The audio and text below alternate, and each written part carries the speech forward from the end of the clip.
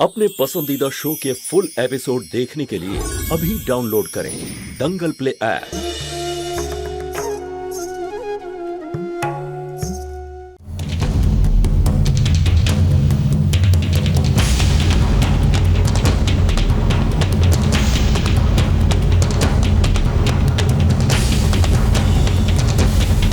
अरे जो जो সবাই দাঁড়িয়ে যাও।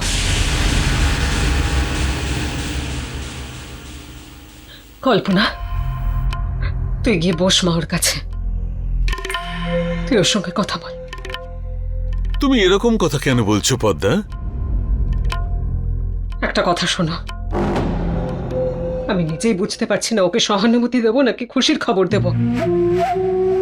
আমি ওর সঙ্গে কি কথা বলবো বলো তো? আমার সঙ্গে কথা বলতে লজ্জা পাবে ও। ওর এই মুহূর্তে পরিবারকে নয়, এক বন্ধুর প্রয়োজন, যার সঙ্গে প্রাণ খুলে কথা বলতে পারবে। আপনি ঠিক বলছেন আন্টি, আমিও আপনাদের সবাইকে এটাই বলতে চেয়েছিলাম। আমি গিয়ে জ্যোতির সাথে কথা বলি। পদ্মা, এ তুমি কি বললে?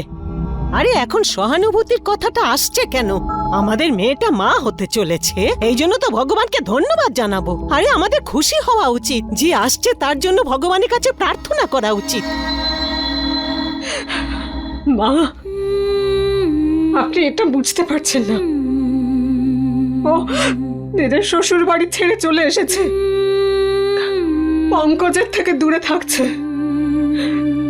না জানি এখন ওর মনের অবস্থা কিরকম।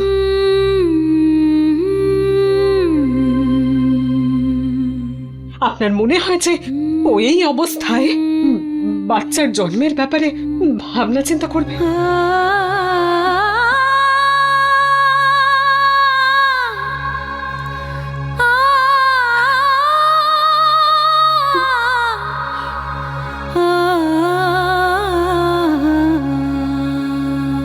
তোমার এই বাচ্চাটা চাই না, তাই তো? আমি বুঝতে পারছি জ্যোতি, এরকম পরিস্থিতিতে যে কোনো মেয়ে এই সিদ্ধান্তই নেবে। আর তাও আমি চাইবো তুমি অ্যাবর্শনের আগে। না, এইসব কি কথা বলছিস তুই? আমি তো এই ব্যাপারে কখনো ভাবতেও পারি না। মানে তুমি এই বাচ্চার জন্ম দেবে? কেন দেব না? কল্পনা, ও আমার সন্তান, আমাদের আমাদের ভালোবাসার।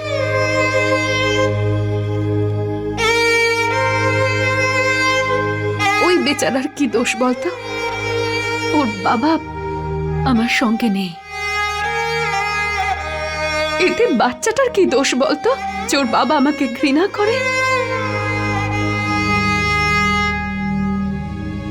কল্পনা,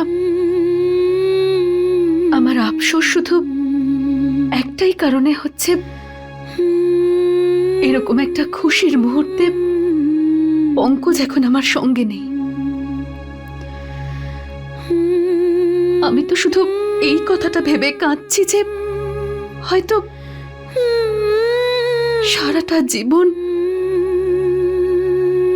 বাচ্চাটা ওর বাবার ভালোবাসা পাবে না। কিন্তু জ্যোতি, তুমি যা করতে চলেছো, তুমি প্লিজ আর একবার সেটা নিয়ে ভেবে দেখো। একজন নিঃসঙ্গ মায়ের বাচ্চাকে বড় করে তোলা কিন্তু খুবই কঠিন। আমার জন্য হবে না। আমি আমার সন্তানকে বাবা আর মা দুজনেরই ভালোবাসা দেব। আমার তোমার উপর এই বিশ্বাসটাই ছিল জ্যোতি। একজন ডক্টর হওয়ায় আমি কিন্তু তোমাকে প্র্যাকটিক্যাল কথাগুলোই বলছিলাম। একজন বাবাকে ছাড়া একটা বাচ্চাকে বড় করে তোলা কিন্তু এতটাও সহজ নয়। আর আমি এটাও জানি যে আমার বন্ধু সব সমস্যার সমাধান করতে পারে। এখন কি তুই শুধু লেকচারই দিয়ে যাবি কল্পনা? আমাকে কংগ্রাচুলেট করবি না? তুই মাসি হতে চলেছিস।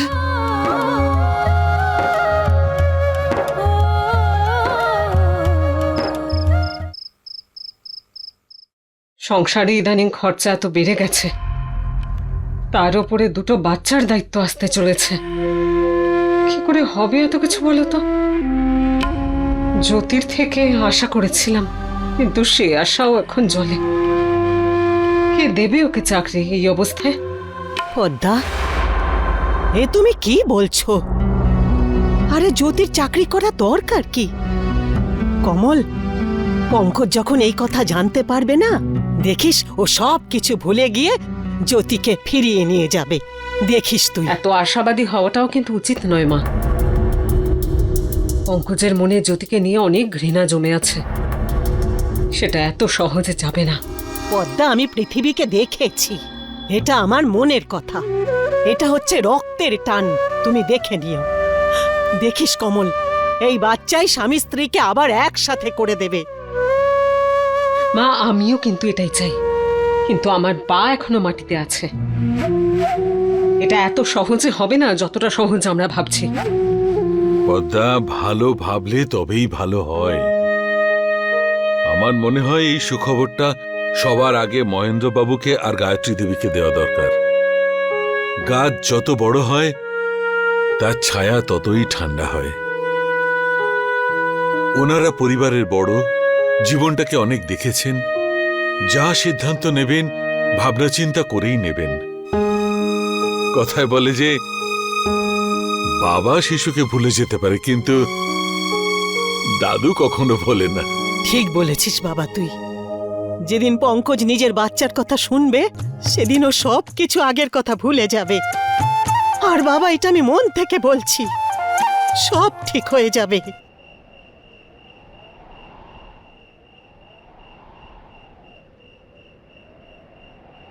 কি হয়েছে দিদি? হ্যাঁ, তুমি এখন এখানে কেন দাঁড়িয়ে আছো? জানি না কেন অদ্ভুত লাগছিল। শরীরে কেমন একটা অস্বস্তি হচ্ছে, যেন বুকটা কেমন ধড়ফড় করছে। তুই এভাবে হাসছিস কেন?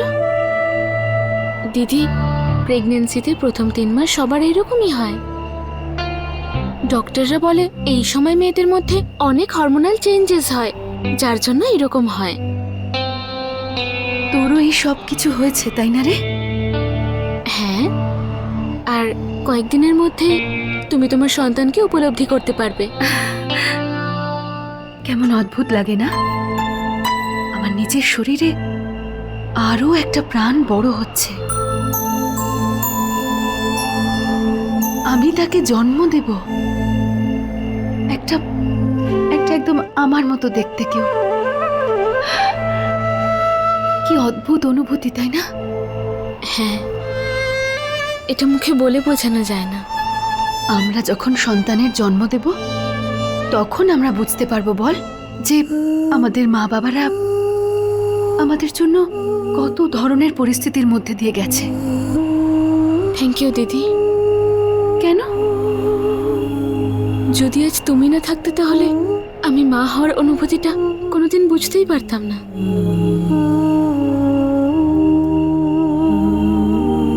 সুষমা, আমি কখনো স্বপ্নেও ভাবতে পারিনি যে আমরা দুজন একসাথে মা হব। কিন্তু এখন আমি তোমার চেয়ে সিনিয়র। তার মানে তুই কি এখন আমাকে শাসন করবি?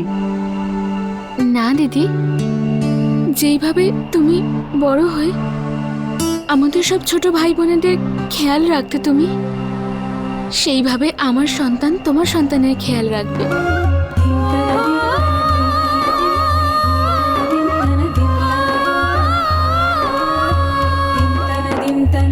আরে, তোদের 2 বোনের ভাব তো বেড়ে গেছে। যাই হোক, জ্যোতি, একটু নিচে চল তো মা, দরকারি কথা আছে।